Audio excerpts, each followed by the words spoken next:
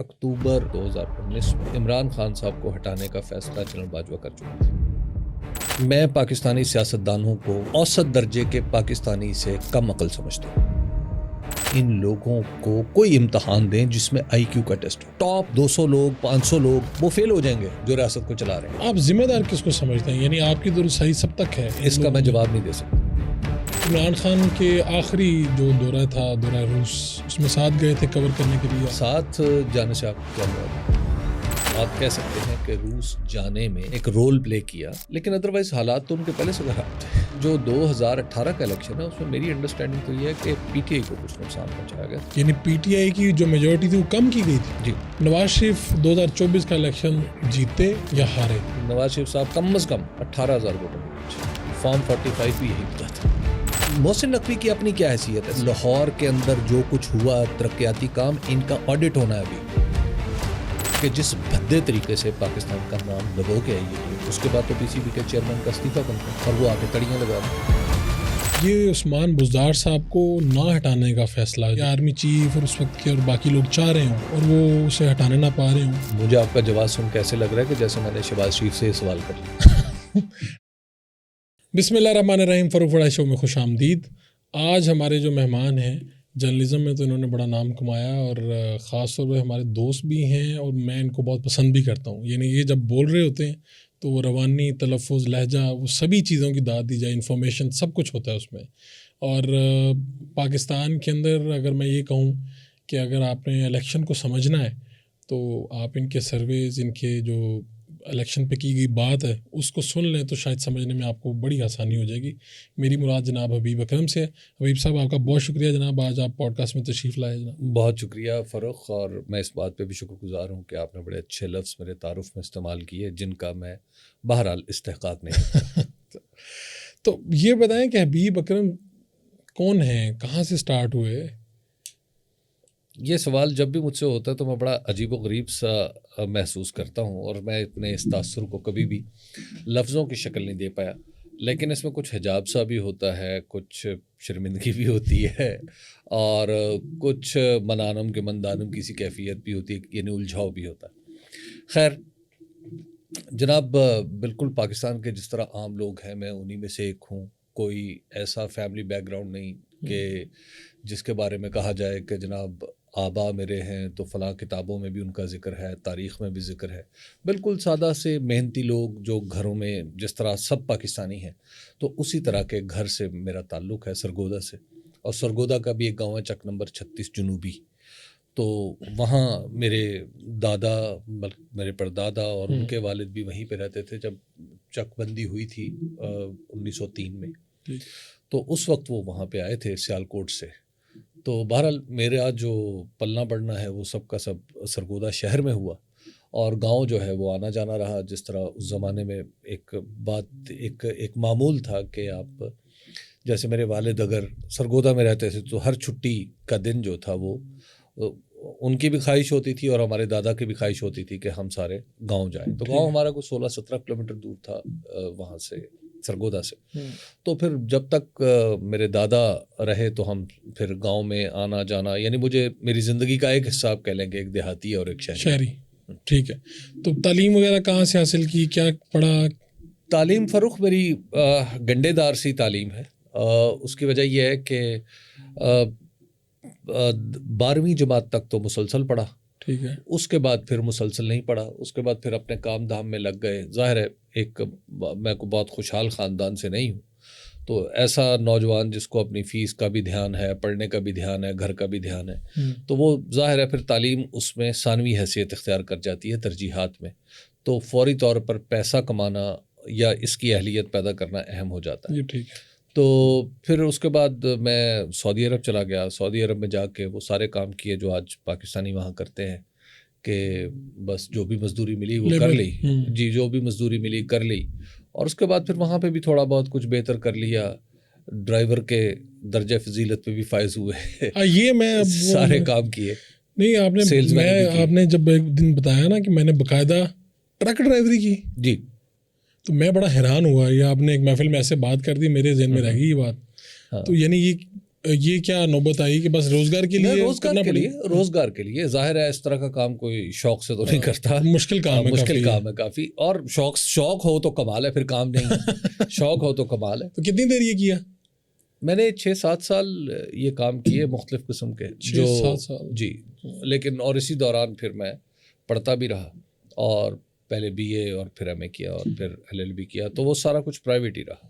ٹھیک ہے، باقاعدہ کسی یونیورسٹی میں اتفاق نہیں ہوا جانے کا؟ مجھے پڑھنے کا اتفاق نہیں ہوا۔ صحیح ہے، لیکن آپ کے تو ماشاءاللہ جب آپ بولتے ہیں، لکھتے ہیں، تو بالکل یہ گمان نہیں، بلکہ کئی ہمارے لوگ جو یونیورسٹیوں میں جاتے ہیں ان پہ ہمیں تھوڑا سا شک ہوتا ہے۔ شاید یہی خوش قسمتی ہے کہ میں کسی یونیورسٹی میں نہیں گیا۔ تو یہ جب سب کچھ ہو رہا تھا تو دیہات میں تو ایک بڑا کلچر تھا کہ جی منڈے نو کوئی سرکاری نوکری لگ جائے اور کوئی اس طرح سے ہو جائے، کچھ کوئی مقابلے کا امتحان یہ وہ، تو آپ کے والدین نے کوئی اس طرف آپ کو لگانے کی یا چاچے تائے نے کوشش نہیں کی؟ دیکھیے، ایک تو جو غربت ہے نا جی، وہ بہت ساری خواہشات کو تباہ کر دیتی ہے، خواہشات موجود ہی نہیں رہتی، اور اس میں جب آپ کو امیجیٹلی آپ کو سروائیول کا ایشو ہو تو پھر آپ کچھ مختلف انداز میں سوچتے ہیں، اتنا لمبا نہیں سوچتے۔ یعنی ظاہر ہے آپ کو جب پتہ ہو کہ اگلے مہینے بجلی کا بل آنا ہے، اور پھر گھر میں کھانا پینا ہے، اور پھر فیسیں وغیرہ ہے، اور کچھ پڑھنا بھی ہے، تو پھر آپ اتنا لمبا نہ آپ سوچتے ہیں نہ آپ کے والدین سوچتے ہیں، تو یہ تھا کہ بس اس لیے آپ کو پھر فوری طور پر چیزوں کی طرف چلنا پڑتا ہے۔ ہاں، جہاں تک مقابلے کے امتحان کی بات ہے تو ایک دفعہ مجھے تو اتنا شوق نہیں تھا، لیکن میرے والد صاحب اور کچھ دوستوں نے مجھے ابھارا کہ تم مقابلے کا امتحان دو اور اس کی تیاری کرو۔ تو میں نے 98 میں مقابلے کے امتحان کی تیاری شروع کر دی، اور خیال یہ تھا کہ 99 میں امتحان دوں گا۔ ایک سال پوری تیاری کروں گا۔ جی، ایک سال ظاہر ہے، لیکن اس ایک سال میں مجھے کام بھی کرنا تھا اور مجھے تیاری بھی کرنی تھی۔ تو ایک سال میں نے تیاری تو کی، خوب تیاری کی، اس میں مجھے کچھ لگ کے کتابیں پڑھنے کا موقع ملا، لیکن امتحان نہیں دیا۔ کیوں؟ اس وقت جنرل پرویز مشرف کی گورنمنٹ آ گئی تھی، ٹھیک ہے، تو مجھے ایسے لگا کہ اب سرکاری نوکری جو ہے وہ مجھے نہیں کرنی چاہیے۔ صرف اس وجہ سے امتحان نہیں دیا؟ ہاں، یہ ایک بنیادی وجہ تھی۔ تو یعنی اگر آپ دے لیتے جتنی تیاری کی تھی، میرا مزاج لڑکپن سے ہی آشکارا تھا۔ تو اگر آپ دے لیتے تو آپ تو جناب کوئی بڑے افسر بن کے اس ٹائم بیٹھے ہوتے۔ بڑا افسر بن جاتا پھر کیا ہو جاتا۔ ہم نے بڑا افسر نہ بن کے، آپ کو اچھا نہیں لگتا کہ کافی سارے کام میرے بغیر بہت اچھے ہو رہے ہیں؟ ٹھیک ہے، تو یعنی تیاری کی اور اس کے بعد وہ نہیں دیا جی، امتحان اس وجہ سے، اور اس کے بعد سلسلہ پھر آگے کیا کیا؟ یعنی یہ جرنلزم کی طرف وہ ساری محنت مزدوری سعودی عرب، اور اس کے بعد یہ انٹائرلی ڈفرینٹ ہے۔ اس میں زندگی کے کچھ ایسے پیچ پڑے کہ پھر مجھے دوبارہ سے وہیں سے کام شروع کرنا پڑا جہاں سے میں نے چھوڑا تھا، یعنی جہاں جس بالکل غربت سے اپنی زندگی کا آغاز ہوا تھا 1997-98 میں، تقریباً وہیں پہ واپس آ گئے تھے، بیچ میں کچھ تھوڑا سا خوشحالی کا دور آیا تھا۔ تو ان دنوں میں بھی یعنی میرے ذہن میں جو کام تھا، جو مجھے آتا تھا تھوڑا بہت، تو وہ ٹیکنیکل نیچر کا کام تھا، خراد کا، ویلڈنگ کا، تو اس طرح کی چیزیں مجھے آتی تھیں، اور ساتھ مجھے پڑھانا آتا تھا۔ تو میں ان دنوں 2 کام کیا کرتا تھا کہ میں ایک سرگودا میں ان دنوں پرائیویٹ کالجز نئے نئے بن رہے تھے، تو میں ایک پرائیویٹ کالج میں انگریزی اور مطالعہ پاکستان پڑھایا کرتا تھا، یعنی صبح سویرے، جی صبح سویرے میں جاتا تھا، اور پھر واپس آ کے پھر میں اپنا کام کرتا تھا۔ تو ان دنوں یہ کام جاری تھا، اور اس کے ساتھ ساتھ جرنلزم کے ساتھ میرا انٹرسٹ اس طرح پیدا ہوا کہ مجھے لگتا تھا کہ یہ وہ کام ہے جو میرے دل کے بڑا قریب ہے، اور میں ہم نے وہاں سرگودا کے ایک اخبار تھا ضرورت، وہ ہمارے ایک دوست تھے نعیم اختر خان مرحوم، اللہ ان کی مغفرت فرمائے، ان کا وہ اخبار تھا، تو انہوں نے مجھے کہا کہ اچھا تم کچھ لکھی دیا کرو یار ہمارے لیے، تو وہ اچھا مناسب سا اخبار تھا، تو میں نے اس میں ایک قلمی نام سے ادبی کالم لکھنا شروع کیے تھے، تو وہ ادبی کالم سم ہاؤ انہیں پذیرائی مل گئی، تو اس سے مجھے حوصلہ ہو گیا کہ اچھا میں لکھ سکتا ہوں۔ تو قلمی نام کیا تھا؟ قلمی نام تھا احمد خان۔ احمد خان، جی۔ اس کی کیوں اس وقت ٹرینڈ تھا یا آپ نے نہیں، اس کی وجہ یہ تھی کہ کچھ میں اپنا نام جو تھا یعنی حبیب اکرم کے نام سے جو نہ لکھنے کی وجہ یہ تھی کہ کچھ تھوڑا سا میری آپ اس کو حجاب کہہ لیں میرا یا اس طرح کی کچھ چیز کہہ لیں، تو مجھے لگتا تھا کہ قلمی نام لکھنا کچھ زیادہ بڑی بات ہے۔ تو جب پذیرائی مل گئی تو ہاں، تو مجھے اس میں یہ ذرا اعتماد آ گیا کہ میں لکھ سکتا ہوں۔ تو پھر اسی اخبار میں نے بنیادی کام سیکھا کہ اخبار نکلتا کیسے ہے، اخبار چلتا کیسے ہے، رپورٹر کے کیا فرائض ہیں، کس سے ملنا ہے، کیا کرنا ہے۔ ٹھیک ہے۔ تو ایک دن مجھے ہمارے جو ایڈیٹر بھی تھے نعیم اختر خان صاحب، جو میں ان کا نائب ایڈیٹر ہی تھا ایک قسم کا اخبار میں، تو وہاں 20-25 لوگ کام کرتے تھے، تو انہوں نے مجھے بلایا، ان کا بڑا اچھا دفتر تھا، تو مجھے بلایا، انہوں نے کہا یار حبیب، اور میری ان سے بڑی بے تکلفی تھی، تو کہنے لگے کہ حبیب تم اگر نوکری نہیں چھوڑتے تو میں تمہیں نکال رہا ہوں۔ میں نے کہا جی میں نے کیا کیا ہے ایسا؟ انہوں نے کہا کہ یار تم سرگودا سے نکلو، تم لاہور، کراچی، اسلام آباد وغیرہ جا کے جرنلزم کرو، تم اس سرگودا کے اندر تمہارا جرنلزم پورا ہو چکا ہے، لہٰذا اب تم نکلو یہاں سے، تو میں تمہیں نوکری سے نکال رہا ہوں فوری طور پہ۔ میں نے کہا جی 1 مہینہ دے دیں، بس میں 1 مہینے بعد اپنی سیٹنگ کر لوں گا۔ تو کراچی میں میرے ایک دوست کام کرتے تھے، خرم کلیم صاحب، تو خرم کلیم صاحب کی وساطت سے مجھے NNI میں کام کرنے کی ایک اپرینٹس شپ جسے کہتے ہیں یا انٹرنشپ جسے آج کل کہتے ہیں، وہ مجھے مل گئی اور پھر میں نے وہاں سے کام شروع کیا۔ یہ خرم کلیم صاحب وہ جو ڈائریکٹر پروگرامنگ جی جی وہی ہیں 24 کے، جی اچھا بالکل۔ جی تو پھر آپ کراچی چلے گئے، پہلا بڑا شہر کراچی تھا؟ جی میرا پہلا بڑا شہر کراچی پہنچ کے کیا محسوس کیا؟ ایک تو یہ ہے کہ کچھ شہروں سے یا کچھ جگہوں سے آپ کو بہت ہی محبت ہوتی ہے، اور ضروری نہیں ہوتا کہ آپ نے ان کو دیکھا بھی ہو۔ تو کراچی ایسا شہر تھا جس سے مجھے محبت تھی اور محبت ہے۔ یعنی آپ اس کا تصور یوں کیجئے کہ ایک دفعہ ہمارے ہاں کچھ مہمان آئے، تو وہ کراچی سے تھے، تو ان سے میں کراچی کی بات سننا چاہ رہا تھا اور کراچی کے بارے میں ان سے سوالات کر رہا تھا، کچھ بے چینی سے اور کچھ اشتیاق سے۔ تو میں کہ اچھا فلاں جگہ کیا ہو رہا ہے، فلاں جگہ کیا ہو رہا ہے۔ جب میں نے جگہوں کے نام لینا شروع کیے تو انہوں نے کہا تم آخری بار کراچی کب گئے تھے؟ تو میں نے انہیں عرض کیا کہ میں زندگی میں کبھی کراچی نہیں گیا۔ تو ان کے لیے اتنی حیرت کی بات تھی۔ تو مجھے کراچی، ایک کراچی جسے کہتے ہیں نا کہ خوابوں اور خیالوں کا شہر، میرے لیے آج بھی وہی ہے۔ اور مجھے یعنی سرگودا جہاں میں پیدا ہوا پلا بڑا، اور کراچی، مجھے ایسے لگتا ہے کہ جیسے یہ دونوں میرے گھر ہیں۔ لاہور کے ساتھ مجھے محبت بہت ہے، لیکن لاہور کے اندر وہ کیفیت اب تک نہیں پیدا ہو پائی۔ یہ تیسرے درجے پہ آئے گا آپ کی پسندیدگی میں اگر فہرست بنے گی، سرگودا، کراچی، لاہور؟ ہاں آپ کسی درجے میں یہ کہہ سکتے ہیں۔ بلکہ ایک دفعہ میں کراچی میں کام کرتا تھا تو غازی صلاح الدین صاحب نے مجھ سے پوچھا کہ تمہیں دنیا کے کون کون سے شہر پسند ہیں؟ میں نے کہا جی ایک تو ہے کراچی اور دوسرا ہے سرگودا۔ اب وہ تصور کر رہے تھے کہ میں شاید لاہور یا اسلام آباد یا کچھ طرح کا نام لوں گا۔ تو انہوں نے کہا یہ بتائیے، انہوں نے ذرا تمزن کہا کہ یہ بتائیے کہ سرگودا کو آپ نے دوسرے نمبر پہ کیوں رکھا؟ میں نے کہا اس لیے کہ وہاں سمندر نہیں ہے۔ میں نے کہا جی ذرا جغرافیہ سے مار کھا کے۔ تو کراچی کتنے سال رہے؟ کراچی میں 2005 میں پھر لاہور آیا، 2005 تک وہاں رہا تھا۔ تو پھر NNI سے یہ پرنٹ میڈیا، اور پرنٹ میڈیا سے پھر الیکٹرانک میں کیسے؟ تو ایجنسی تھی، ایجنسی تھی، اور اس کے بعد پھر تھوڑی دیر کے لیے اخبارات میں کام کیا۔ وہاں پہ ایک فائنینشیل پوسٹ اخبار نکلتا تھا، اس میں میں نے کچھ تھوڑا بہت لکھنا شروع کیا۔ تو پھر PTV کے لیے ایک کمپنی ٹیلی بز تھی جو تجارتی خبریں بنایا کرتی تھی، تو انہیں ایک بزنس کے رپورٹر کی ضرورت تھی۔ تو اتفاق ایسا ہوا کہ خرم کلیم صاحب وہاں کام کرتے تھے، تو یہ چھوڑ کے چلے گئے کیونکہ جیو آ رہا تھا، تو یہ جیو میں چلے گئے، تو وہاں پہ جگہ خالی ہوگی، تو وہاں پہ پھر مجھے بزنس رپورٹر کے طور پہ ہائر کیا گیا، کیونکہ وہ لوگ مجھے جانتے تھے، میں خرم سے ملنے جلنے آتا جاتا رہتا تھا، تو اس وجہ سے وہاں پہ مجھے نوکری مل گئی۔ TV میں باقاعدہ پہلا سٹیپ کہاں پہ آیا آپ کا الیکٹرانک میڈیا میں؟ بطور رپورٹر تو وہیں سے آ گیا تھا، وہیں سے؟ جی ٹیلی ویژن سے ہی آ گیا تھا۔ تو اس کے بعد پھر جب باقاعدہ طور پہ جسے اسکرین کہتے ہیں تو وہ CNBC پاکستان میں آیا، جی CNBC پاکستان میں ہاں جب یہ آیا تو پھر میری حیثیت تھوڑی سی بڑھ گئی، تو مجھے حیثیت مل گئی یعنی اسٹاک اینڈ کموڈٹی اینالسٹ کی۔ اور پھر رضوان رضی صاحب اور میں، ہم دونوں مل کے ایک پروگرام کیا کرتے تھے جس کا نام تھا بیوپار۔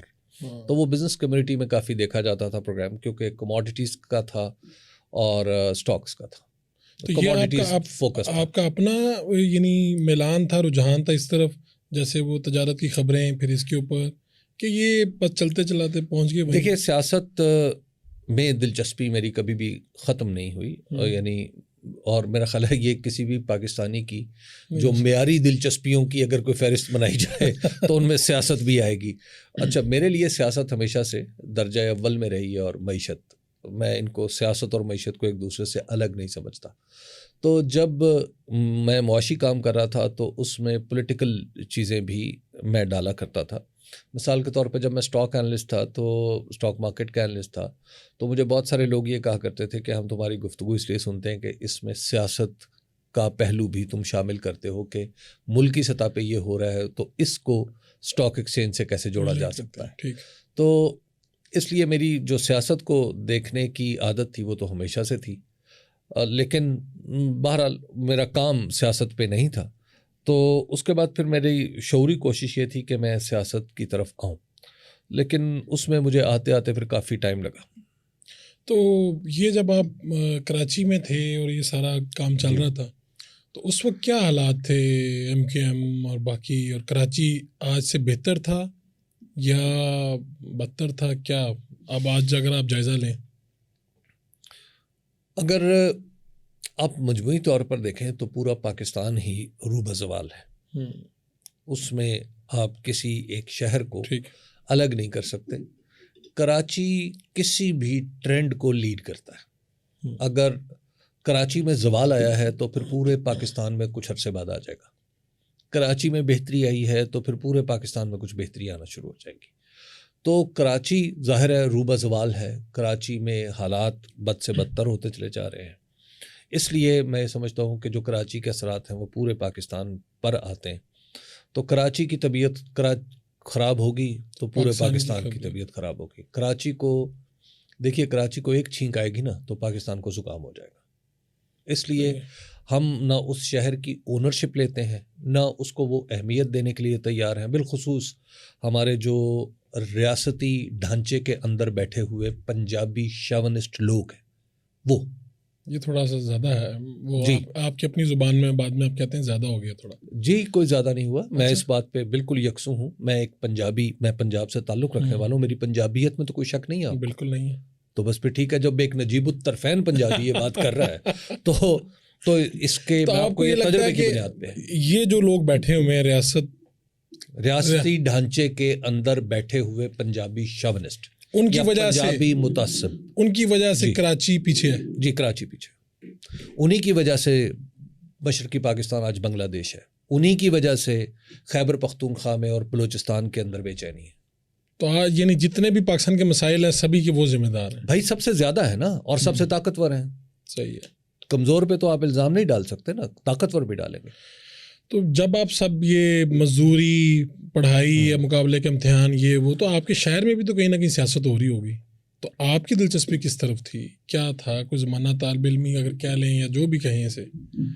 مجھے ایسا لگتا ہے شاید آپ اس کو میری حد سے بڑی خود اعتمادی کہہ لیں جی فرخ، کہ میں پاکستانی سیاستدانوں کو اوسط درجے کے پاکستانی سے کم عقل سمجھتا ہوں. ٹھیک ہے. ظاہر ہے بنیاد کیا ہے؟ جب ایک کم عقل ہوگا تو اس سے تو آپ اس کی معذوری پہ آپ اس سے کیا اعتراض کریں گے؟ ٹھیک ہے نا. تو لہٰذا آپ ہاں اس کی لالچ پہ، اس کی خود غرضی پہ آپ کو اعتراض ہو سکتا ہے. آپ کہیں گے یار تو کم عقل ہے، لیکن میرا سامان تو نہ اٹھا نا. ٹھیک ہے نا. میں کم عقل پہ ہونے پہ ان کو مجرم نہیں ٹھہرا سکتا، لیکن انہیں ڈانٹ ڈپٹ تو ہو سکتی ہے نا. تو لہٰذا میں یہ سمجھتا ہوں کہ پاکستان کے جو بیشتر سیاستدان ہیں وہ پاکستان کے اندر پائی جانے والی اوسط عقل سے کم عقل رکھتے ہیں. اس وجہ سے کوئی بھی سیاستدان کو میرے کو دل کے بہت قریب رہا نہیں. یعنی یہ بھٹو صاحب گزرے، بینظیر صاحبہ، باقی لوگ گزرے، اس وقت کوئی بھی آپ کو تھوڑا سا نرم گوشہ پیدا ہو جاتا ہے کہ یار یہ بہتر ہے یا چلے؟ کسی درجے میں آپ بھٹو صاحب، لیکن وہ بھی معمولی سا. میں بھٹو صاحب کو وہ نہیں سمجھتا جو پیپلز پارٹی انہیں سمجھتی. آپ نے کہا کہ جو اس وقت موجود تھے ان میں بھٹو صاحب اس میں تھوڑے نہیں، ان میں بے نظیر، جو جب ہم نے ہوش سنبھالا تو ان میں بے نظیر بے نظیر بھٹو تھیں اور نواز شریف صاحب تھے، تو ان میں سے آپ بینظیر کو بہتر سمجھتے ہیں کسی درجے میں. کسی درجے میں؟ جی اچھا، ہم دوستوں میں بیٹھے ہیں، بات ذرا اس طرف بھی جائے گی. تو آپ نے ایک بات کہی تو میں پڑا ہو گیا کہ پاکستان میں تو آپ کو ہی الیکشن ایکسپرٹ سہیل وڑائچ صاحب ہیں، آپ ہیں، 2-3 لوگ ہیں جن سے ہم خود سیکھتے ہیں کہ یار کیا ہونا چاہیے، سروے کیسے ہونا چاہیے، الیکشن کیا ہے، سائنس کیا ہے، یہ ساری. مجھ پر تو الزام ہی ہے سہیل وڑائچ صاحب ہیں اصل میں. تو وہ آپ نے ایک بات کہی، آپ نے کہا جی کہ یہ جو عامر تھے ان کے دور میں زیادہ بہتری پاکستان کی رہی ہے، اور جو جمہوری لوگ ہیں ان کے دور میں تو پاکستان فارغ ہوتا رہا ہے. مفہوم اس کا یہی ہے جو ہماری بات ہوئی تھی. ایسی کوئی بات ہوئی تھی ہمارے درمیان؟ آپ کو یاد ہے؟ میں نے آپ سے پوچھا، میں نے کہا آپ یہ کیا کہہ رہے ہیں؟ آپ نے کہا ایوب صاحب کا میں بات تھی، وہ ایک اچھا خاص کانٹیکسٹ میں بات تھی. چلے اب ہم اوپر پوری مجموعی آپ کی رائے لے لیتے ہیں. جی. کہ آپ کے خیال میں یہ جو لوگ آتے ہیں اس طرح سے زبردستی سے وردی پہن کے آتے ہیں، ان کے دور میں پاکستان بہتر رہتا ہے، یا یہ جو لوگ ووٹ سے یا جس طرح سے بھی آتے ہیں، سیاست ہے آپ انہیں اس درجے کا کہتے ہیں، کن کا دور بہتر رہتا ہے؟ اس کا یہ کیا مطلب ہے کہ میں نے کوئی جنرل ایوب کو، یحییٰ کو، جنرل پرویز مشرف کو، جنرل ضیاء الحق کو عبقری کہہ دیا؟ نہیں، یہ ان سے بھی کم اوسط، ان سے بھی کم درجے کے عقل کے اعتبار سے. میں آپ کو بتا رہا ہوں، آپ پاکستان میں ان لوگوں کو کوئی امتحان دیں جس میں آئی کیو کا ٹیسٹ ہو، بخدا میں آپ کو بتا رہا ہوں پاکستان کے ٹاپ 200 لوگ، 500 لوگ وہ فیل ہو جائیں گے جو ریاست کو چلا رہے ہیں. وہ کل میرے پاس یہاں پہ لڑکا ہے، اس نے کہا جی، وہ میرے پاس لڑکا آتا تھا، اس نے کہا جی میرا امتحان پاس نہیں ہو رہا. تو کہتا 5-6 سال بعد وہ مجھے ملا ہے دوبارہ، تو وہ پنجاب اسمبلی کا ممبر بن گیا. تو میں نے کہا اس کے وزیر بننے کے بھی چانس ہے، کہتا کچھ بھی ہو سکتا ہے، وزیر بھی بن سکتا ہے. تو وہ وزیر اعظم بھی بن سکتا. اچھا، آپ کو کس کا دور سب سے بہتر لگتا ہے جب آپ دیکھتے ہیں؟ ایک تو یہ ہے کہ پاکستان جناب قائد اعظم محمد علی جناح رحمۃ اللہ علیہ کی رحلت کے بعد جی مسلسل زوال کی کیفیت میں. اگر آپ یہ سمجھتے ہیں کہ پاکستان نے کوئی ترقی کی ہے تو پھر میں آپ کو بھی انہی لوگوں میں سمجھوں گا کہ جو اوسط درجے سے تو کوئی کیا ترقی کی ہے؟ اعداد و شمار کچھ چیزیں جو کیا آتی ہیں، اعداد و شمار فاروق ہمیشہ کمپیریزن میں ہوتے ہیں، اکیلے اعداد و شمار تو نہیں ہوتے نا. اعداد و شمار تو ہمیشہ مقابلتاً ہوتے ہیں نا. آپ کا قد لمبا ہے اس لیے لمبا ہے کہ میرا قد آپ سے چھوٹا ہے، ٹھیک ہے نا. سوال جواب کا محتاج ہے، لیکن جواب بھی سوال کا محتاج ہے. یہ بالکل ایک دوسرے کے ساتھ مل کے چلتے ہیں. آپ کے ساتھ انڈیا آزاد ہوا، وہ آج کہاں پہ ہے؟ بنگلہ دیش کو آپ نے دھکا مار کے الگ کیا، وہ کہاں پہ ہے؟ چین جو 1970 میں ہمارے برابر یا ہم سے تھوڑا سا بالکل برابر تھا، تو بلکہ 1980 تک وہ ہمارے برابر تھا، وہ کہاں پہ؟ تو پھر آپ کب کہتے ہیں، کیوں کہتے ہیں کہ آپ نے ترقی کی؟ تو کیا لگتا ہے آپ کو قائد اعظم کے جانے کے بعد کیا کوئی ڈائریکشن نہیں تھی ہماری، یا کیا تھا، یا یہ ملک بنا ہی کسی منصوبہ بندی کے تحت نہیں؟ اس لیے آپ نے جب قرارداد مقاصد منظور کر لی نوابزادہ لیاقت علی خان رحمۃ اللہ علیہ نے، ان کی اپنی سیاسی ضرورت تھی، ٹھیک ہے، تو بس اس کے بعد ایک عذاب شروع ہو گیا پاکستان میں. آپ نے پاکستان کے اندر ایک ایسا طبقہ بنا دیا ملا کی صورت میں، مولوی کی صورت میں، جس نے پورا پاکستان برباد کر دیا. اور پھر آپ نے ریاست کے اندر مذہب کی آمیزش اتنی بڑھا دی کہ اب ریاست کہیں پیچھے ہے. ایک گھٹیا سی مذہبیت ہے، مذہب بھی نہیں، مذہبیت ہے، جو کبھی کسی سری لنکن کو مار دیتی ہے، کبھی کسی نوجوان کو مار دیتی ہے، کبھی کسی پہ الزام لگاتی ہے، کبھی عیسائی بھائیوں کے گھروں پہ حملے کر دیتی ہے. بس ایک یہ مذہبیت ہے، کٹر پنا ہے جو آپ نے پیدا کی. تو یہ جو ہم تصاویر پرانی دیکھتے ہیں کہ جی ادھر سمندر کنارے وہاں پہ گورے گوریاں ہیں، یا لوگوں نے اس طرح کا کراچی کا تصاویر آتی ہیں، وہ ایسا تھا پہلے پاکستان میں؟ مجھے نہیں پتا، میں نے بھی تصویروں میں دیکھا ہے. میں نے تو جو پاکستان دیکھا ہے وہ تو جنرل ضیاء الحق کا پاکستان تھا. اچھا، اور وہ کوئی پاکستان اس قابل نہیں تھا کہ اس میں کچھ آزاد خیالی پیدا ہو سکے، اس میں کوئی آزاد فکری پیدا ہو سکے، اس میں حتیٰ کہ کوئی معقول بات کہی جا سکے. اور میں وہی دیکھتا ہوں، میرے لیے تو حالات نہیں بدلے.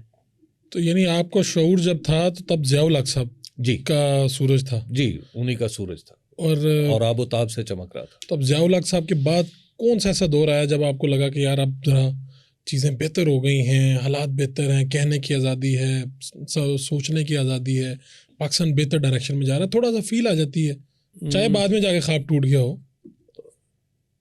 کسی درجے میں تھوڑا سا دور تھا کچھ پیپلز پارٹی کا جس میں کچھ بات تھی، اور کچھ تھا یہ عمران خان کا دور یہ ابھی جس میں 2018 جو گزرا ہے.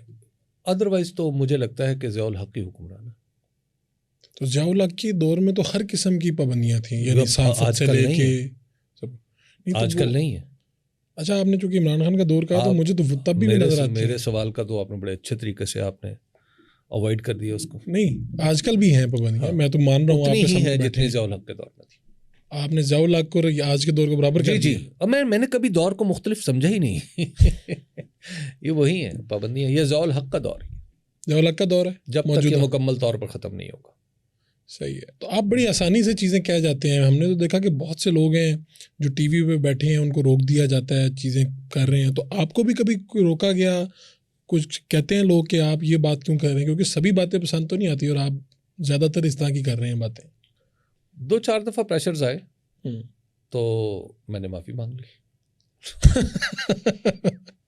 اتنا آسان طریقہ. بڑے لوگ تو ہیں نا، معاف کر دیتے ہیں. تو آپ پھر کیا کہتے ہیں کہ دوبارہ نہیں کروں گا؟ نہیں، میں اس وقت کی معافی مانگتا ہوں. اگلی بات کی دوبارہ پھر. جی اگلی بات کی اگلی جگہ صحیح جب ضرورت پڑے گی. تو میں آپ کو دیکھتا ہوں، آپ شہباز شریف کی پریس کانفرنس میں، باقی جگہوں پہ، ہر جگہ پر آپ ہیں پورا صحافی، جس طرح سے ایک اچھا صحافی ہونا چاہیے، نیوٹرل یا ان بائس. تو آپ اپنے آپ کو کس صف میں دیکھتے ہیں؟ ایک تو یہ ہے کہ صحافی کا بنیادی کام خبر دینا ہے، جی. اور دوسرا کام اس کا ان خبروں یعنی ان حقائق کو اکٹھا کر کے ان کا تجزیہ کرنا ہے. ٹھیک ہے. اور پھر ایک نتیجہ نکالنا ہے کہ مستقبل میں کیا ہو سکتا ہے. اور یہ جو کچھ آپ کو سامنے نظر آ رہا ہے، دراصل اس سے مطلوبہ اہداف کیا ہیں کسی کے بھی کرنے والے کے. ہمارے ہاں انفارچونیٹلی یا فارچونیٹلی ہر وقت صحافت میں 2 قسم کے لوگ پائے جاتے ہیں، اور دونوں کا اپنا اپنا سچ ہوتا ہے، اور شاید دونوں کے پاس ہی کچھ نہ کچھ دلائل ہوتے ہیں. ٹھیک ہے. مطلب کبھی ایک وقت میں کسی کے لیے اور کبھی ایک وقت میں کسی کے لیے. میں ان لوگوں میں شامل ہوں جو سمجھتا ہے کہ آپ کو پاکستان کے دستور کو بنیادی پیمانہ بنانا چاہیے، اور اس کے مطابق جو ہو وہ اچھا ہے اور جو نہ ہو وہ برا ہے. برا ہے. یہی سیدھا یہی ایک پیمانہ ہے.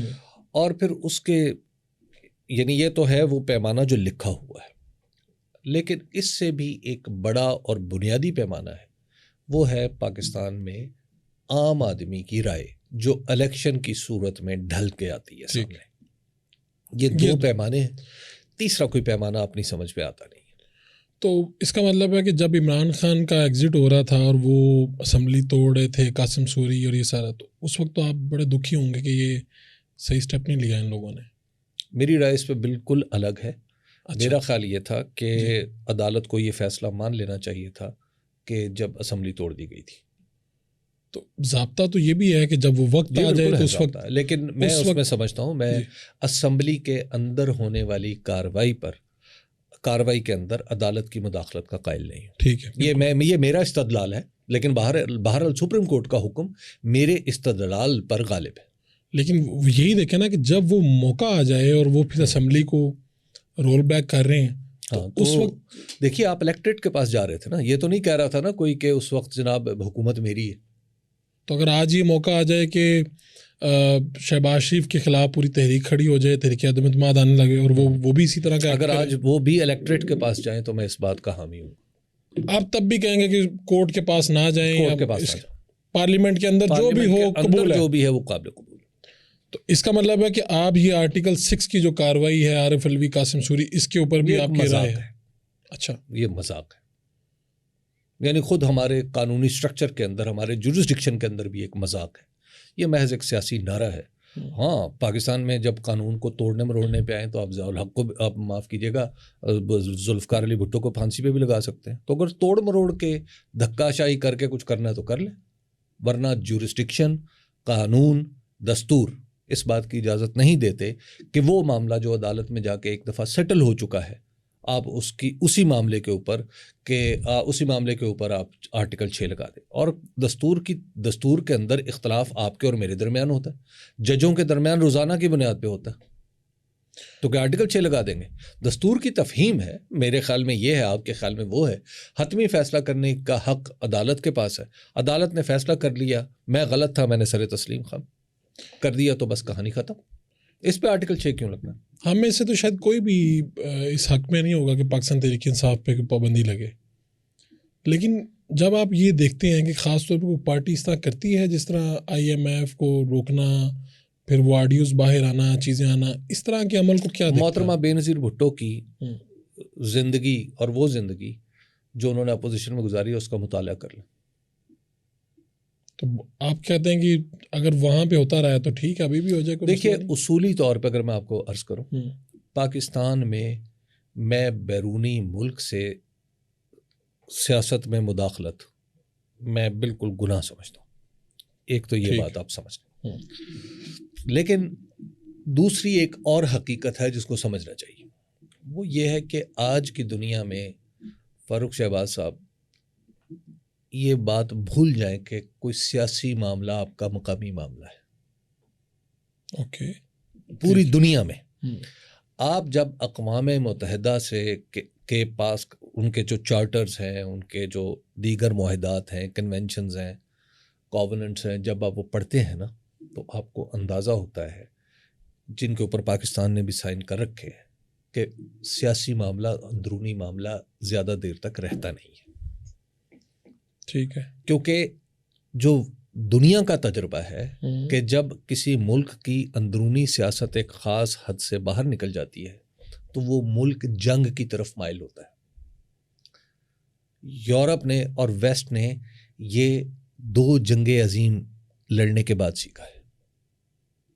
تو اب آپ کو لگتا ہے کہ ہم بھی, تو جب آپ کی سیاست خود ریکنسائل نہیں کر پاتی تو یہ بھول جائیں کہ آپ کو دنیا ایسے ہی چھوڑ دے گی, یا تو دنیا پھر تاک لگا کے بیٹھ جائے گی کہ آپ کی سیاست اور بگڑے, اور یا آپ کا کوئی ہمدرد آپ کے پاس آئے گا, وہ آپ کو کہے گا کہ جناب سیدھے ہو جائیں. اور آپ کے پاس ہمدرد بھی آ رہے ہیں یا نہیں آ رہے, اور آپ کے دشمن بھی تاک لگا کے بیٹھے ہوئے کہ ہاں ٹھیک ہے, بالکل, اور ٹھیک ہے, خراب ہو. آپ ذمہ دار کس کو سمجھتے ہیں؟ یعنی آپ کی تو صحیح سب تک ہے, اس کا میں جواب نہیں دے سکتا. اچھا, یعنی کوئی وقت آئے گا جب آپ اس کا جواب دے سکیں گے؟ جی نہیں, جواب تو میں اب بھی دے سکتا ہوں, میری ہمت نہیں. ٹھیک ہے, کچھ سالوں بعد آپ دے پائیں گے اس کا جواب؟ ہاں کچھ سالوں بعد ڈیفینیٹ, امید تو یہی ہے اگر میں زندہ رہا. صحیح ہے. یہ ترقی کس کا نام ہے آپ کے نزدیک؟ ترقی کس کا نام؟ کیونکہ میں نے آپ کا ایک کلپ دیکھا جس میں آپ کہہ رہے ہیں کہ یہ بھائی یہ بنا دینا, یہ میٹرو اور یہ ترقی نہیں ہے. آپ کے خیال میں ترقی کیا ہے؟ یعنی کیا پیرامیٹرز ہیں ترقی کی؟ ایک ہی تعریف ہے, وہ یہ ہے کہ انسانوں کو ان کی مرضی کے مطابق کام کرنے کی اجازت ہو, اور ان کے اندر وہ صلاحیت پیدا کی جائے جس کو استعمال کرتے ہوئے وہ اپنا روزگار آزادانہ طریقے سے کما سکیں. یہ ہے ترقی. مثال کے طور پہ آپ ذرا تصور کیجئے, یہ ہم جو مائک ہم نے بنا رکھے ہیں جی, یہ کہیں آسٹریلیا سے آئے ہوں گے, کہیں یورپ سے آئے ہوں گے, کہیں بھی کسی بھی اور ملک سے آئے ہوں گے, یہ آ گئے. یہ ٹیبل بھی ہے ممکن ہے باہر سے آئی ہو. یہ ہر روز ہمارے ہاتھ میں موبائل فون ہے, یہ بھی کہیں باہر سے آئے ہوئے ہیں. اچھا, بالکل جو سڑک ہے وہ بھی اسی طرح کی ایک چیز ہے, آپ کہیں سے اٹھائے اس کو رکھ لیں. اصل مسئلہ یہ ہے کہ کیا آپ کی قوم خود کچھ کام کر سکتی ہے؟ یہ تو عرب شہزادوں والا انداز فکر ہے نا, کہ جرمن کمپنی ہے, امریکن کنسلٹنٹ ہے, انگلینڈ کا کوئی اور ہے, اور فلاں جگہ سے کوئی انجینئر ہے, وہ مل کے ایک سڑک بنا دیں عرب کے صحرا میں, تو آپ اس کو ترقی کہیں گے؟ تو آپ کے مطابق تو دبئی میں ابو ظہبی میں کوئی ترقی نہیں ہوئی؟ میرا تو نہیں خیال اس ترقی کو، اگر آپ ترقی کا دیکھیے، ترقی کا ایک ہی پیمانہ دنیا میں ہے، رائج ہے، آپ نے کہا کوئی کہ میرا نہیں ہے، آپ اپنی گاڑی بنا رہے ہیں، اپنا موبائل بنا رہے ہیں، جو مرضی بنا رہے ہیں، کوئی میرا رائج کیا ہوا پیمانہ نہیں ہے بھائی۔ ترقی آپ یہ بتائیں کہ دبئی ترقی یافتہ ملک ہے یا Japan? Japan. That's the answer. لیکن یہ دبئی میں پوری دنیا جانا چاہ رہی ہے۔ دیکھیے وہ عمارت ایک الگ چیز ہے میرے بھائی، اچھا عمارت ایک الگ چیز ہے۔ آپ اٹریکٹ کرتے ہیں، وہ پاکستان کا تو خیر کسی طرح سے کمپیریزن نہیں کیا جا سکتا۔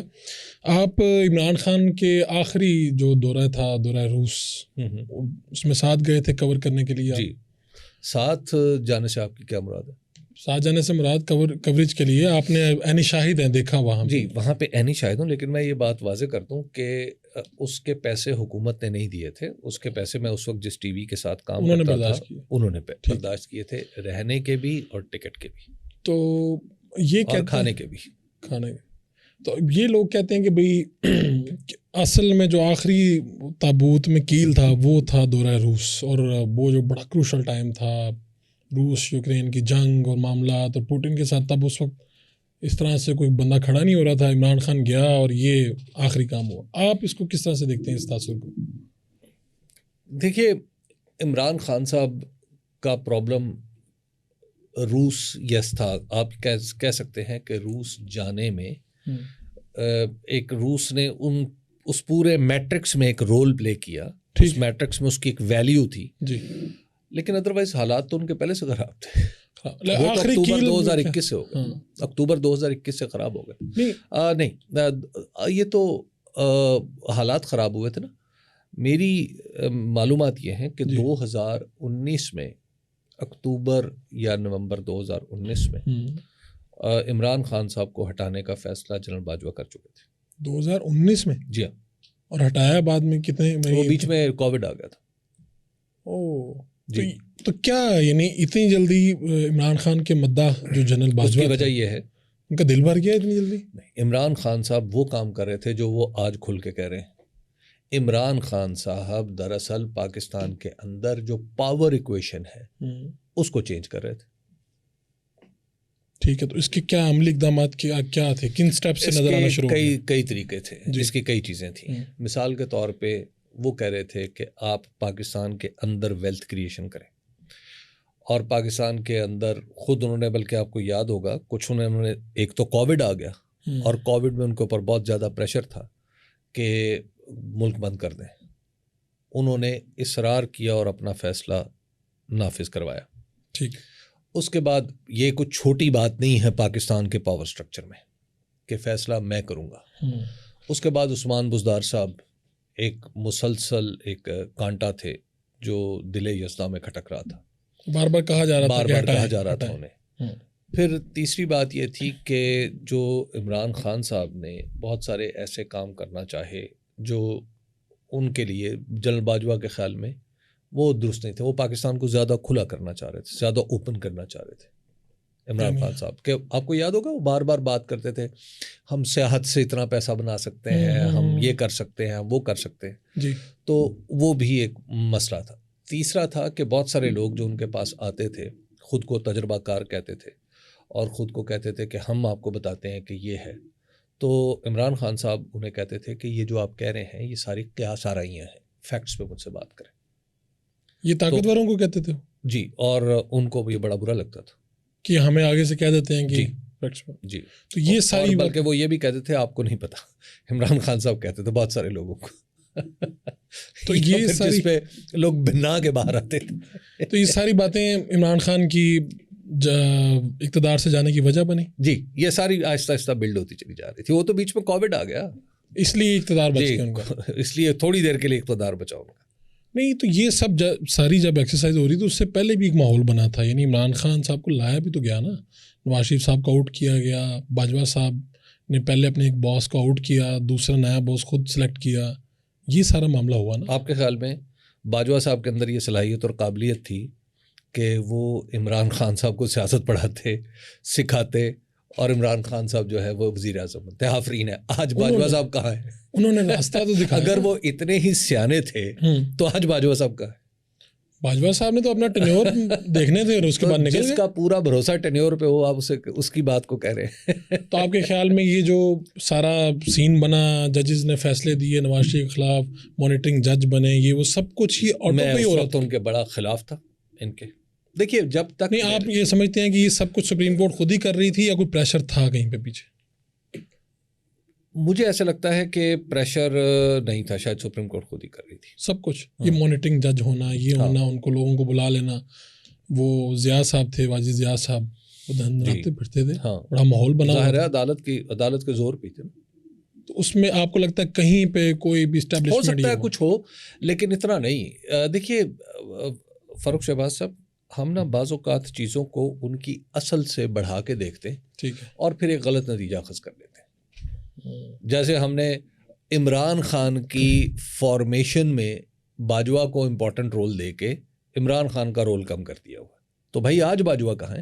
نہیں, میں نے تو عمران خان صاحب کا قد بھی برابر ہی رکھا ہے. اچھا یہ بھی آپ کی بڑی نوازش ہے. بات یہ ہے کہ عمران خان وہ شخص ہے جو پچھلے 50-55 سال سے پاکستان میں کوئی اخبار شائع نہیں ہوا جس میں اس کا نام نہیں چھپا ہوا. پچھلے کتنے سال سے؟ 50-55 سال سے. ٹھیک ہے, ٹھیک. اچھا, جب سے پاکستان میں ٹی وی آیا ہے اس دن وہ کوئی ایسا دن نہیں ہے جب ٹی وی پر ان کا نام نہیں چلا, ان کی کوئی جھلک نہیں چلی. جو ساؤتھ ایشیا ہے اس کا کوئی شاید ہی بڑا اخبار ہو جس میں ان کا انٹرویو نہیں چھپا. دنیا میں شاید ہی کوئی کرکٹنگ نیشن ہو جہاں پہ اس کو ریکگنیشن نہ ملتی ہو. اچھا, اب آپ اس کا مقابلہ, یعنی ایسے آدمی کو وزیر اعظم بنانا جو خود پہلے ایک جماعت بنا چکا ہے, خود الیکشن ہار چکا ہے, خود الیکشن لڑتا جا رہا ہے, اور اس کا ذمہ آپ ڈال رہے ہیں بیچارے باجوہ صاحب پہ. تو باجوہ صاحب خود کہاں ہے آج؟ صحیح ہے. تو آپ یہ سمجھ رہے ہیں کہ ایسا ہو ہی نہیں سکتا. اسٹیبلشمنٹ نے شاید کوئی مدد کی ہو, لیکن جو 2018 کا الیکشن ہے اس میں میری انڈرسٹینڈنگ تو یہ ہے کہ پی ٹی آئی کو کچھ نقصان پہنچایا گیا تھا. یعنی پی ٹی آئی کی جو میجورٹی تھی وہ کم کی گئی تھی. جی, رانا ثناء اللہ صاحب جیتے تھے اس میں خواجہ آصف صاحب جیتے جن کا پھر سارے لوگ آ گئے. ایک 2-4 اور نشستیں تھیں جو اسی طرح. تو آپ کہہ رہے ہیں کہ فضل ربی تھی. یہ جو سسٹم کے پاس سسٹم, وہ کیا سسٹم تھا, میں نام بھول گیا اس کا, 2018 میں جو ڈاؤن ہو گیا تھا, بیٹھ گیا تھا, آر ٹی ایس. جی, تو آر ٹی ایس بند کرنے کا مقصد یہ تھا کہ رانا ثناء اللہ, خواجہ آصف اور اس طرح کے کئی لوگوں کو, رانا ثناء اللہ امکانی طور پہ, خواجہ آصف یقینی, جتوانا ان کا مقصد. جی جی.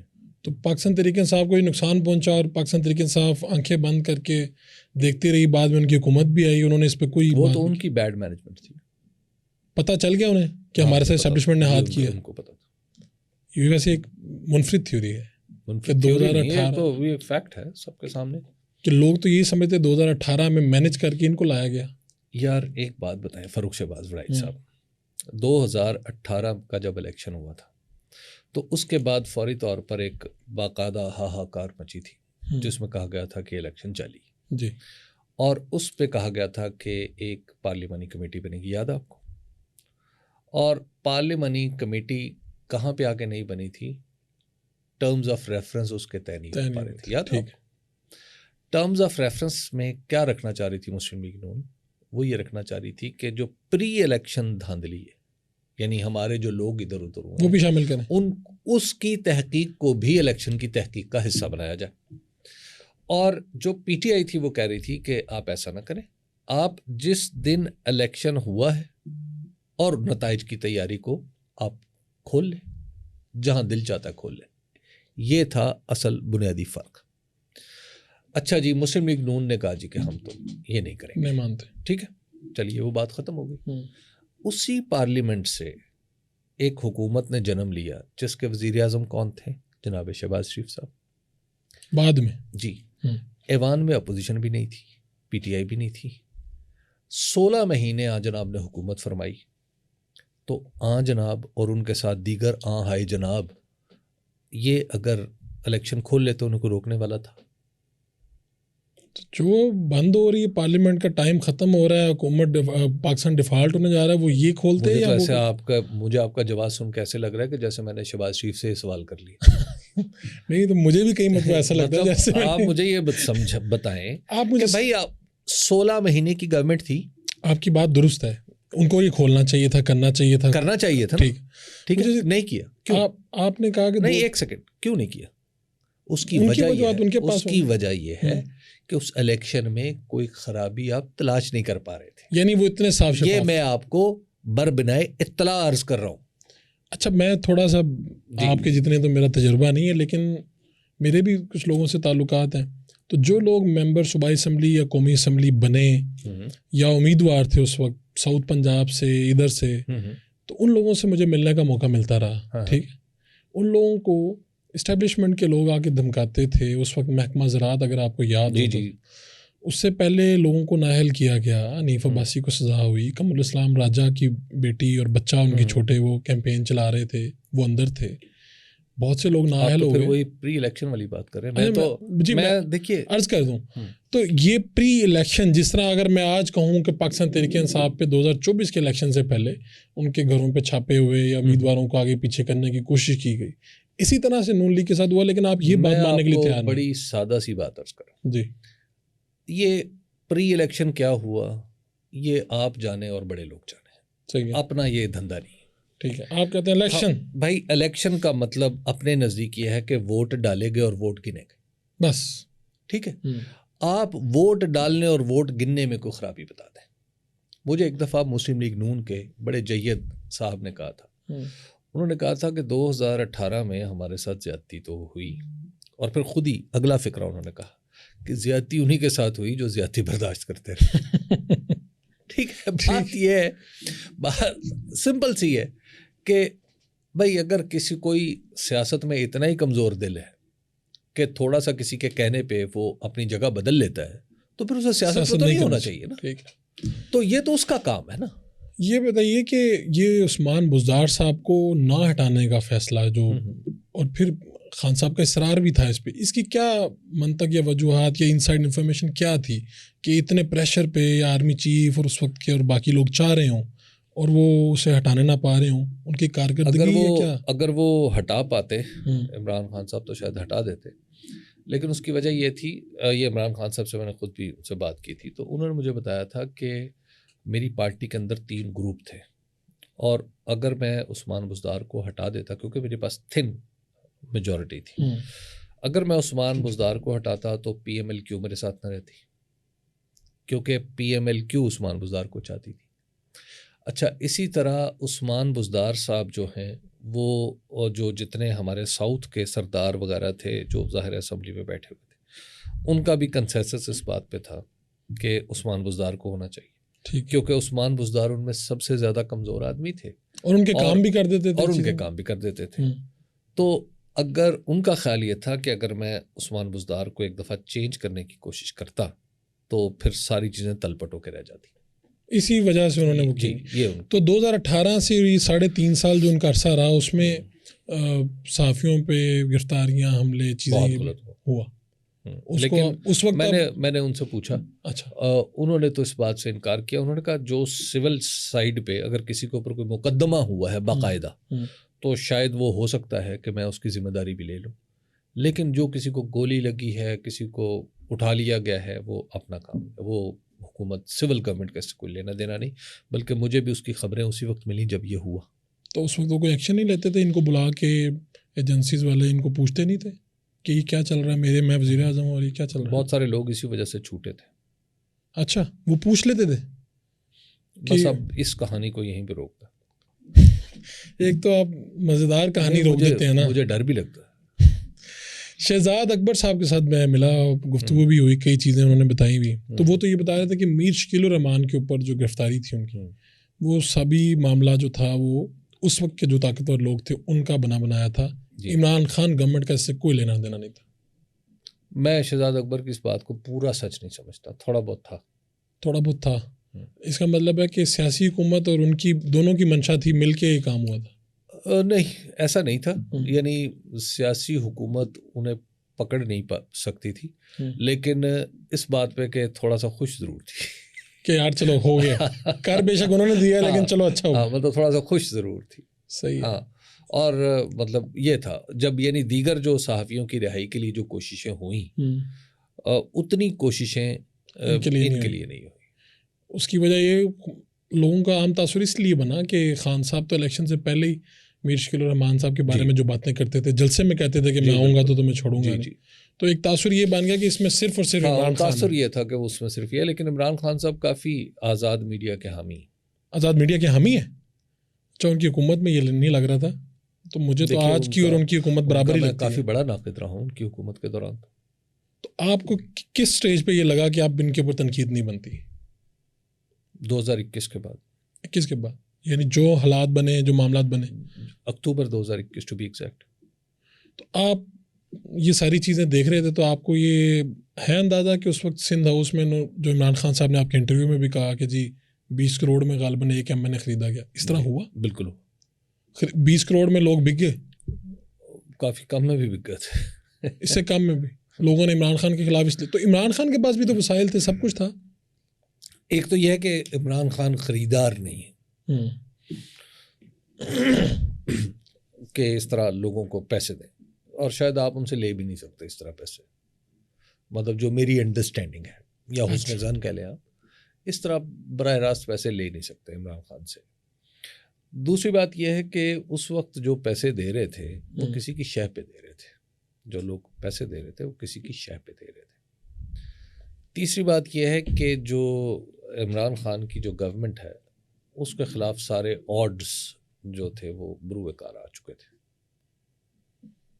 تو میں تو اپنی معلومات کی بنیاد پہ آپ کو بتا دیتا ہوں کہ اس وقت جو یہاں پہ عمران خان کی پارٹی سے جیت کے ڈپٹی اسپیکر بنے تھے، ان کو ایک لمبے چوڑے پیسوں کی آفر ہوئی تھی کہ آپ چھٹی پہ چلے جائیں چیزوں پہ، پاکستان تحریک انصاف کی طرف سے ہوئی تھی. ہو سکتا ہے ہوئی ہو، میں تو آپ یہ کہہ رہے ہیں کہ یہ کام اگر ہو رہا ہے تو عمران خان کی طرف سے نہیں ہو رہا، عمران خان کی طرف سے نیچے سے کوئی مینج کر رہا ہے، ہو جائے تو ہو جائے، ڈیفینیٹلی ہو جاتا ہوگا. نواز شریف 2024 کا الیکشن جیتے یا ہارے، ابھی تو ویسے لاہور کی نشست سے وہ جیتے ہوئے ہیں، آپ کے سروے معلومات ہارے؟ نواز شریف صاحب کم از کم 18,000 ووٹوں کی لیڈ سے ہارے. آپ اس سے پہلے الیکشن سے پہلے اس حلقے میں گئے تھے؟ جی کیا تھا، کیا پوزیشن تھی؟ میں اسی کی بنیاد پہ آپ کو عرض کر رہا ہوں. اسی کی بنیاد یعنی آپ کی جو سروے یا معلومات تھی وہ اسی طرح ہی ہوا؟ جی اسی طرح. وہ فارم 45 بھی یہی بتاتا ہے. اور لاہور سے پھر مسلم لیگ نون کی کیا نشستیں ہوں گی آپ کے مطابق؟ میرا اندازہ یہ ہے کہ ان کی نشست جس پہ شہباز شریف صاحب جیتے ہیں وہ ان کی ہے. اچھا. امکانی طور پہ جب آپ حمزہ شہباز شریف کی جو نشست ہے اس کو اگر آپ کھولیں گے، ٹھیک ہے، تو شاید وہ بھی کسی درجے میں شاید ان کی نکل ہے پوری ڈیٹیلز میں، جب اگر وہ عدالت میں جائے. میں امکان ظاہر کر رہا ہوں. محترمہ مریم نواز صاحبہ جہاں سے قومی اسمبلی کے الیکشن لڑی، وہ نشست بھی نون کی ہے، ان کی. ٹھیک، مجھے ایسا لگتا ہے کہ وہ انہی کی ہے. اور جو چوتھی نشست ہے وہ مجھے سمجھ نہیں آتی.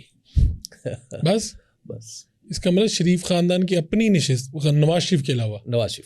تو یہ کیا ہوا؟ نواز شریف کے حلقے میں نواز شریف الٹ گئے خود، جن کے نام پہ سارا کچھ ہے. دیکھیے تو الیکشن تو اسی طرح ہی ہوتا ہے نا، اس کے ریزلٹس تو انیکسپیکٹڈ ہی ہوتے ہیں. تو آپ نے کلثوم نواز والے الیکشن میں گئے تھے آپ حلقے؟ جی ہاں، میں کیا تھا. تو یہ اتنا ڈراسٹک چینج کیسے آیا ہے، کیا ہوا ہے؟ دیکھیے یہ پالیٹکس ہے دنیا میں، پوری دنیا میں اور پورے پاکستان میں نسل بدل رہی ہے. لوگ، ایک نئی نسل آ رہی ہے، اس کو ووٹ کا حق مل رہا ہے. ہم وہی 90s میں جو فیشن تھا وہ کیا اس کے تو آج کپڑے نہیں پہنتے. تو آپ کہہ رہے ہیں کہ اس وقت جو نیا ووٹر ہے اس کی میجورٹی، پرانا ووٹر بھی میجورٹی جو ہے وہ عمران خان کے ساتھ ہے. ہاں، اوکے. محسن نقوی صاحب کے حوالے سے میں آپ کا سن رہا تھا آپ کے بات، آپ کچھ باتیں کہہ دیتے ہیں، کچھ بس اشارہ کر کے نکل جاتے ہیں، سمجھنے والے سمجھ جاتے ہیں. آپ پاکستان کرکٹ کی بھی سمجھتے ہیں کہ جو حالت ہے اس کا ذمہ دار محسن نقوی کو سمجھتے ہیں؟ میں پوری ذمہ داری سے یہی سمجھتا ہوں، اور میں یہ سمجھتا ہوں کہ انہیں استعفیٰ دینا چاہیے تھا جب T20 کا یہ ورلڈ کپ ہوا امریکہ میں. جی. اور جو پاکستان کی ٹیم جس کو پورے پاکستان کی دعائیں تھیں، اور جس طرح نکمے لوگ انہوں نے بھرتی کیے، وہ تو ہمیں تو نہیں پتا. میں کوئی کرکٹ جاننے والا آدمی نہیں، میں تو رزلٹ سے اندازہ لگاؤں گا کہ جس بھدے طریقے سے پاکستان کا نام ڈبو کے ہے یہ ٹیم، اس کے بعد تو PCB کے چیئرمین کا استعفیٰ بنتا ہے اور وہ آ کے تڑیاں لگا رہا ہے. میں یہ برداشت نہیں کروں گا، وہ برداشت نہیں کروں گا. کیا ہے، آپ نے مذاق نہیں بنا دیا پاکستان کی کرکٹ ٹیم کو؟ تو آپ صرف ایک ٹریننگ جو انہوں نے کاکول میں کرائی اس کی بنیاد پہ سمجھتے ہیں کہ انہوں نے کچھ اچھا کام نہیں کیا ہوگا؟ ان کو تو آئے ہوئے تھوڑا سا عرصہ ہوا. میں محسن نقوی صاحب کی وزارت اعلیٰ کا بھی ناقد ہوں. اس وزارت اعلیٰ کا حساب ہونا چاہیے. وہ تو لاہور کے اندر جو کچھ ہوا ترقیاتی کام، ان کا آڈٹ ہونا ہے ابھی. آپ کہہ رہے ہیں اس میں کرپشن ہوئی ہے؟ میں امکان ظاہر کر رہا ہوں، ان کا آڈٹ ہونا ہے. محسن نقوی کی اپنی کیا حیثیت ہے؟ صرف ایک کسی سے اچھا تعلق ہے اور وہ آپ وزیر اعلیٰ بھی بن جائیں، پھر آپ پی سی بی کے چیئرمین بھی بن جائیں، پھر آپ وزیر داخلہ بھی بن جائیں. آپ اپنی قوم کو کیا میسج دے رہے ہیں کہ صرف کہیں واقفیت کا ٹانکا فٹ کرو پھر جو دل چاہے بن جاؤ؟ فاروق شہباز صاحب، یہی وہ چیزیں ہیں جن پہ آپ کو، ہمیں کم از کم میں تو سمجھتا ہوں کہ یہ میرا ملک ہے، یہ میرے بچے ہیں جو اس ملک میں پیدا ہو رہے ہیں، جنہوں نے آگے بڑھنا ہے. میں کم از کم مرتے ہوئے یہ تو اگلی نسل تو یہ دیکھے کہ میں آواز اٹھا رہا تھا. تو حکمرانوں کے ساتھ جن کے اچھے تعلقات ہوتے ہیں وہی بڑے عہدوں پر ہوتے ہیں. تو بس ٹھیک ہے، پھر وہی نواز شریف، عمران خان، زرداری، سب کے ساتھ یہی ہوتا ہے. عمران خان اس وجہ سے مشہور ہے کہ ان کے تعلقات اچھے ہیں. نہیں مطلب اگر وہ حکمران تھے تو یہاں پہ زلفی بخاری منسٹر تھے، جو ان کے دوست ہیں. دیکھیے، وزیر اعظم کا مینڈیٹ ہے، وہ جسے چاہے لے کے آئے. ٹھیک ہے، اس کے نام پہ لوگوں نے ووٹ دیے ہوتے ہیں، پھر اس کا جواب بھی اس نے دینا ہوتا ہے. محسن نقوی واحد وزیر اعلیٰ جس نے کوئی جواب نہیں دیا. پی سی بی کا چیئرمین ہے تو بالائے احتساب ہو چکے ہیں، اور وہ وزیر داخلہ ہیں تو ماورائے سوال ہو چکے ہیں. پاکستان کے اندر حالات دیکھیں اور وزیر داخلہ کی کارکردگی دیکھیں، وہ کیا ہے؟ پاکستان کے ساتھ ایک مذاق نہیں ہو رہا. آپ نے یہ جو سارا تلفظ اور لہجہ، یہ آپ کس کی برکت سمجھتے ہیں؟ کیا محنت کون سی ہے، یا مطالعہ، یا کہاں سے آیا؟ یہ انسپائریشن کون ہے آپ کی؟ انسپائر کس نے کیا آپ کو؟ ایک تو یہ شاید اس کی وجہ یہ ہے کہ میں علوم اسلامیہ کا طالب علم ہوں، تو عربی فارسی سے کچھ شاید ایک تعلق ہونے کی وجہ سے آپ کو کچھ اندازہ ہو جاتا ہے. دوسرا، کراچی میں رہنے کی وجہ سے بھی ایک لہجے پہ اثر آیا کہ کراچی کا لہجہ جو اردو کا ٹکسالی لہجہ ہے بہرحال، تو اس کی وجہ سے بھی میرا لہجہ کچھ بدلا. تو نتیجہ یہ نکلا کہ میرا لہجہ اب پنجابی ہونے کے باوجود پنجابی نہیں ہے، اور دلی والوں جیسا یا لکھنؤ والوں جیسا رواں بھی نہیں. تو ایک پاکستانی سا لہجہ بن گیا. آپ کا پتہ نہیں، اس کا سوال کا اگر آپ جواب نہ بھی دینا چاہیں تو کوئی نہیں، کیونکہ آپ نے یہ نجی محفل میں بات بتائی تھی کہ آپ کے والد صاحب کا غالباً جماعت اسلامی سے تعلق. جی ہاں تھا، تو کارکن تھے جماعت اسلامی کے، اور یہ پھر وابستگی رہی مسلسل؟ نہیں، وہ بلکہ جب قاضی حسین احمد صاحب نے اسلامی جمہوری اتحاد چھوڑا جی، اور پھر الگ الیکشن لڑنے کا جو اعلان کیا، جس میں پاکستان اسلامک فرنٹ بنایا اس وقت انہوں نے، تو اس وقت یہ ہوا کہ میرے والد صاحب ان جماعت اسلامی کے اس حصے میں تھے جو یہ سمجھتے تھے کہ نواز شریف درست ہیں. ٹھیک ہے، تو اس سے ان کی ہمدردیاں نواز شریف کے ساتھ؟ جی، ان کی ہمدردیاں نواز شریف صاحب کے ساتھ تھیں، اور انہی دنوں میری ہمدردیاں قاضی حسین احمد کے ساتھ تھیں. تو ہم دونوں باپ بیٹے کے درمیان کافی بحث ہوتی رہتی تھی. تو جب یہ آپ نے 2021 کے بعد آپ نے کہا کہ بھائی عمران خان کو سمجھتا تھا کہ یہ بندہ اب ٹھیک ہے، اس کے اوپر تنقید نہیں بنتی، تو اس وقت والد صاحب اور کیا تنقید بننا ہے، تنقید یعنی آپ کہنے حالات ایسے بن گئے؟ دیکھیے، بات یہ ہے کہ تنقید دو طرح کی ہوتی ہے نا. ایک یہ ہے کہ میں آپ کے کپڑوں پہ تنقید شروع، جی ٹھیک ہے، اور یہ چھوڑ دوں، یعنی آپ ایک بڑا کام کر رہے ہیں آپ، اور میں کہوں کہ دیکھیے کہ میرا خیال ہے کہ میں زیادہ بات آپ کا نام لے کے نہ کروں، میں آپ کو اس کی مثال واضح کر دیتا ہوں. آئنسٹائن کو آپ کہیں گے یار دیکھو کس طرح کے کپڑے پہنتا تھا. تنقید کا ایک پہلو یہ ہے، ٹھیک ہے. دوسرا پہلو یہ ہے کہ آپ اس کی تھیوری پہ بات کریں، ٹھیک ہے. دیکھیے، اپوزیشن میں جو جماعت ہوتی ہے، اور پھر خاص طور پر جس طرح پی ٹی آئی ہے، کہ اس کا وہ ایک اصولی بنیاد ہے اس کے پاس، وہ اصولی بنیاد کے ساتھ ہے آپ، اور وہ چونکہ دستور کے تابع ہے، تو لہٰذا تو والد صاحب کی اور آپ کی رائے مختلف تھی؟ میری رائے ان کی اور میری رائے مختلف. وہ کس طرف کیا رائے تھی ان کی؟ وہ ان کا خیال یہ تھا کہ پی ایم ایل این جو ہے یہ بہتر جماعت ہے. جی، تو آپ نے پھر انہیں کنونس کر لیا کہ نہیں ایسا نہیں؟ میں نے کبھی کسی کو کنونس کرنے کی کوشش نہیں کی. انہوں نے آپ کو کر لیا؟ ہم آپس میں بحث کرتے رہتے تھے. اور میں بلکہ تھوڑا انہیں انگیخت کرتا تھا بحث کرنے پہ. انہیں بڑا اچھا لگتا تھا جب وہ پھر غصے میں آ کے دلائل دیتے تھے, جب مجھے پھر ڈانٹ ڈپٹ بھی کرتے تھے. تو پھر میں چاہتا تھا کہ انہیں زندگی کا احساس رہے. تو آپ یہ جرنلزم کو جو نئے بچے آپ کے پاس آتے ہیں کہتے ہیں جی ہم نے بننا ہے, اینکر بننا ہے, یہ کرنا ہے, اب تو نئے بچے نہیں آتے. اب نہیں آتا. اب تو لوگ یوٹیوب پہ ہیں اور لوگ بڑا اچھا کام کر رہے ہیں. اب تو نئے بچے کم آتے ہیں. تو آپ مستقبل کیا دیکھ رہے ہیں اس کا, الیکٹرانک میڈیا, پرنٹ میڈیا؟ دیکھیے فاروق, یہ جو اس کا تعین خود بخود ہوتا چلا جائے گا. آپ شاید اس کو بڑا ایکوریٹلی آپ پریڈکٹ نہیں کر سکتے کہ کیا ہوگا. ٹھیک ہے, بہت سارے لوگ جب اخبار 2000 میں اخبار اور ٹی وی آ رہا تو ہم نئے جرنلزم میں تھے, تو اس وقت مجھے ٹی وی کی جو ڈائنامکس ہیں یا اس کی جو حرکیات ہیں ان کے بارے میں علم نہیں تھا, مجھے نہیں پتا تھا, حالانکہ میں ٹی وی میں کام کر رہا تھا. تو مجھے کسی نے کہا کہ تم اینکر بن جاؤ, خبریں پڑھو. تو مجھے یہ لگا کہ جیسے یہ کام مجھے نہیں کرنا چاہیے, اور میں نے مجبوری میں 1-2 بار خبریں پڑھی بھی, لیکن مجھے ایسا لگتا تھا کہ مجھے رپورٹنگ ہی کرنی چاہیے. یہ رپورٹنگ وہ کام ہے جس میں میں کچھ کر کے دکھا سکتا ہوں. یہ مجھے لگتا ہے کہ اس وقت اس لیے نہیں کہ میں نے اس کام کو کوئی کم یا زیادہ سمجھا تھا, مجھے یہ لگا کہ میں اس کام کو سمجھتا ہی نہیں. اگر آج میں دوبارہ اسی جگہ پہ جاؤں تو میں وہ آفر قبول کر لوں گا, خبریں پڑھنا. ہاں, وہ اینکر بن جانے کی آفر قبول کر لوں گا.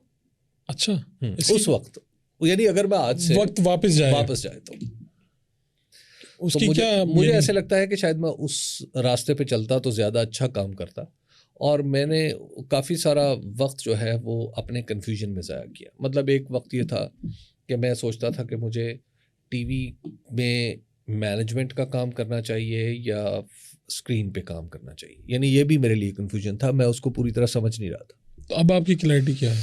اب میری کلیئرٹی یہ ہے کہ مجھے جرنلزم کرنا چاہیے, وہ چاہے لکھ کے ہو چاہے بول کے. لیکن ابھی بھی آپ کی ذمہ داری تو میرے خیال مینجمنٹ کی بھی ہے. میں بہت کم لیتا ہوں ذمہ داری, بس ایک جسے کہتے ہیں نا ایک پرشفقت ہاتھ, بس اس سے زیادہ میں کوئی ذمہ داری نہیں لیتا. تو دنیا بہرحال لیتا ہوں, رسپانسبلٹی تو ہوتی ہے. دنیا نیوز میں کتنے سال رہے؟ 10 سال 11 سال. تو یہ ہجرت کی وجہ؟ ہجرت کی وجہ کچھ مجھے ایسے لگا کہ شاید میرے خیالات جو ہیں وہ میری آرگنائزیشن پہ بوجھ بنتے جا رہے ہیں, یا شاید نہیں, میری بدگمانی ہو, ایسا مجھے لگا. اس میں ظاہر ہے چھوٹے چھوٹے واقعات ہوتے ہیں جن سے آپ نتائج اخذ کرتے ہیں, تو میں نے بھی ان چھوٹے چھوٹے واقعات سے یہ نتیجہ اخذ کیا, تو پھر میں نے اپنا راستہ تلاش کر لی. اور اس سے بہتر راستہ مل گیا آپ کو؟ جی بہتر ہی, بالکل بہتر. اور یہ آپ یہ جو لوگ کہتے ہیں جی ان نیچرل ہے یہاں پہ تنخواہیں, معاوضہ, یہ وہ, اس سے اتفاق کرتے ہیں؟ لاسٹ ٹائم کی حکومت بھی, باقی لوگ بھی یہ سوچتے تھے. دیکھیے اینکرز کی تنخواہیں بہت زیادہ ہیں. ایک بڑی سادہ سی بات ہے کہ جو اخبار میں چل رہے تھے نا لوگ, جب ہم اخبار میں کام کرتے تھے تو ہم نے دیکھا کہ ٹی وی میں بھی وہی لوگ آ کے بہتر کام کر رہے ہیں. ٹھیک ہے. جب ٹی وی سے ڈیجیٹل میڈیا آیا تو ڈیجیٹل میڈیا میں نو ڈاؤٹ ہر میڈیم کے ساتھ کچھ نئے لوگ بھی آتے ہیں, ایڈ ہو جاتے ہیں. اخبار میں نہیں تھے, وہ بالکل الگ ٹی وی میں آئے اور انہوں نے اپنی جگہ بنا لی. اچھا, اسی طرح جب میڈیم تبدیل ہوا اور ڈیجیٹل میڈیا آیا تو اس میں بہت سارے نئے لوگ بھی آئے, اور ساتھ وہ لوگ بھی آئے جو ٹی وی میں بھی اخبار میں بھی اچھے تھے, ٹی وی میں بھی اچھے تھے, اور پھر یہاں پر بھی اچھے رہے. آپ خود اس کو دیکھ لیجئے. بالکل. اور ہر ظاہر ہے بہت سارے جو نوجوان ہیں وہ شاید ان کے لیے آج کا کیریئر ہی ہو کہ ڈیجیٹل میڈیا ہے. ٹھیک ہے, اس سے تو آپ یہ نہیں توقع کر سکتے کہ تم پیدا تو 2000 میں ہوئے تھے یا 1992 میں ہوئے تھے, تو تم نے اخبار میں کیوں نہیں کام کیا, تم نے ٹی وی میں کیوں نہیں کام کیا. ٹھیک ہے, یہ دنیا خود بخود بدلتی رہے گی, یہ دنیا خود بخود ایڈجسٹ کرتی چلی جاتی ہے.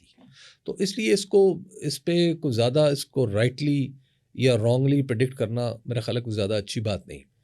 عمومی طور پر جو بہاؤ نظر آ رہا ہے مجھے وہ ڈیجیٹل میڈیا کا ہے, وہ اس کی طرف فیوچر. جی فیوچر.